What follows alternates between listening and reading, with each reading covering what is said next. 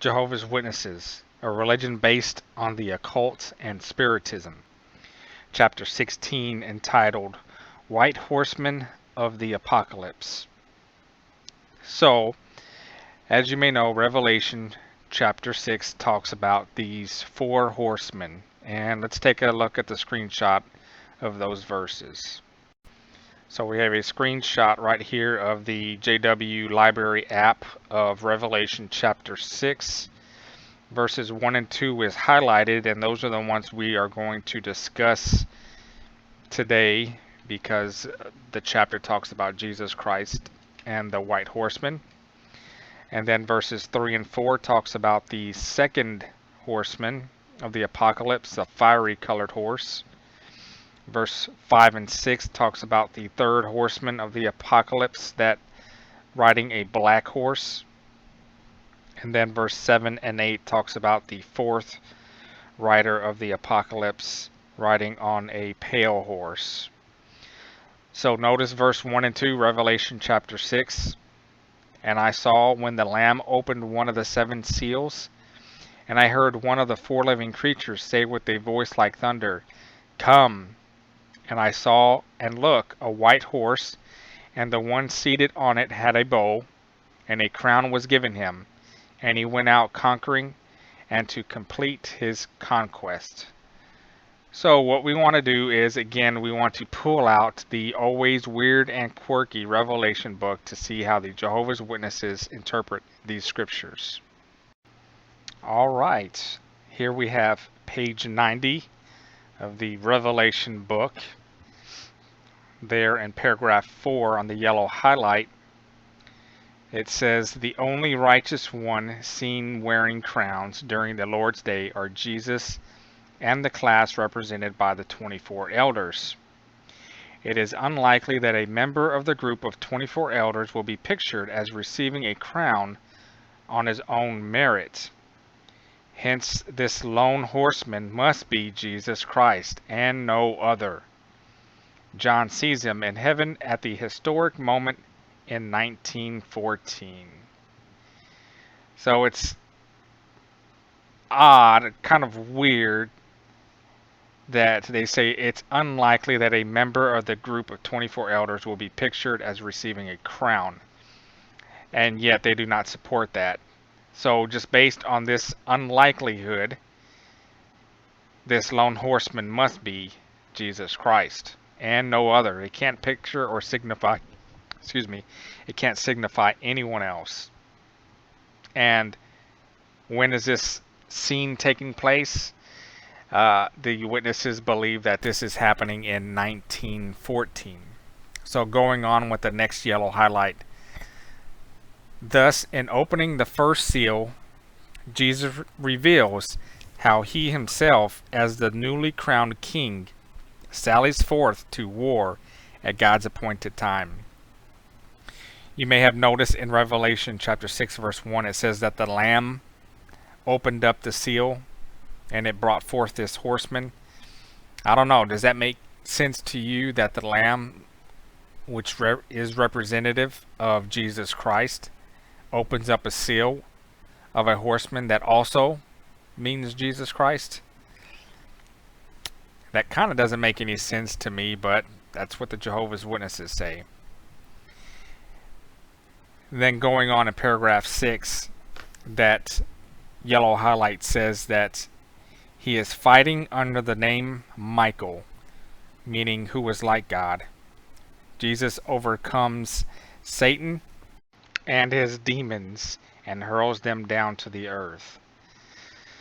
So then it goes on to talk about some of the conquests that Jesus Christ has made. Then it goes on to talk about some of the conquests that Jehovah's Witnesses have made. They had trials and tribulations, and they equate these to the conquests of Jesus Christ. It's kind of crazy. This little group of Bible students back in the early 1900s signifies some of the conquests of Jesus Christ. But hey, well, who am I to say what these scriptures mean? And we have a screenshot of the last page here at the Revelation book, page 92, about the white horseman of the apocalypse. And you have that little box in the corner that talks about the king rides victorious and how they equate some of these court decisions that the Jehovah's Witnesses have won in court to the victory of the rider of the white horse signified by Jesus Christ. So, I don't know. It's out there. That's what the witnesses believe. So, why don't we take a look a little bit further on these scriptures to see just how off and how wrong they really are.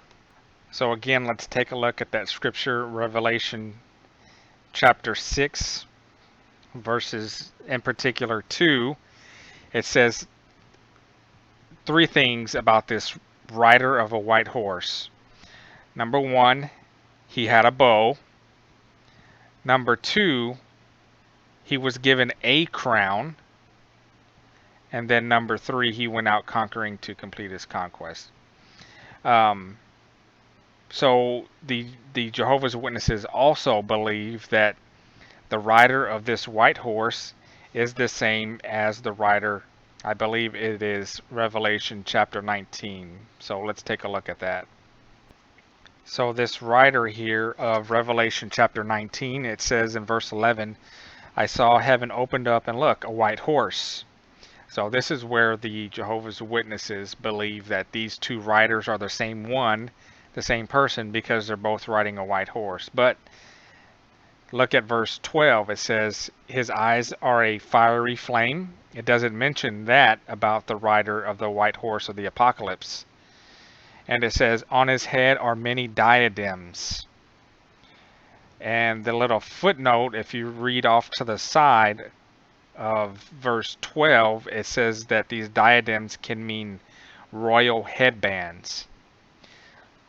So remember in Revelation chapter 6, the rider of the apocalypse says that he was given a crown, a single crown. And this rider of the white horse in Revelation 19, he has many diadems or many royal headbands or crowns. So one of the riders, the one of the apocalypse, has a single crown. The one in Revelation 19 has multiple crowns. And then in verse 15, Revelation 19:15, it says, out of his mouth protrudes a bow. No, it doesn't say a bow. It says a sharp, long sword with which to strike the nations. So again, another difference, the rider of the apocalypse has a bow. Doesn't mention if he has any arrows or anything, or quiver or anything like that, just a bow. This one says that he has a long, sharp sword, and he's going to strike the nations with this sword. So we have a big difference in these two riders of the white horses. So drawing the conclusion that both of these riders, since they're riding a white horse, they must be the same person and they must be Jesus Christ, that's simply not right. Now, was Jesus ever in any other part of the Bible depicted as carrying a bow? I could not find any in my searches, but I could find a couple of instances of where he is depicted with a sword, other than the one in Revelation. Here in Matthew chapter 10, verse 34, do not think I came to bring peace to the earth. I came to bring not peace, but a bow. But a sword. Now here in Revelation chapter 1, verses 16, it says, and he had in his right hand 7 stars, and out of his mouth out of his mouth a sharp, long, two-edged sword was protruding, and his countenance was like the sun when it shines at its brightest. How do we know that this is Jesus Christ? Well, the next verse, 17, he tells John, do not be afraid, I am the first and the last, and the living one, and I became dead, but look, I am living forever, and I have the keys of death and of the grave. So this is speaking of Jesus Christ. And it mentions that he has not a bow, but a sharp, long, two-edged sword. So again, just to reiterate, the Jehovah's Witnesses are incorrect in drawing the conclusion that Jesus is the rider of the white horse of the apocalypse mentioned in Revelation.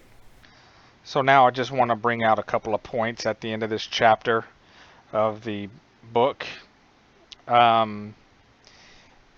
She mentions that in regards to the four horsemen, the other three horsemen that follow him are not described as people, but rather they're described as situations.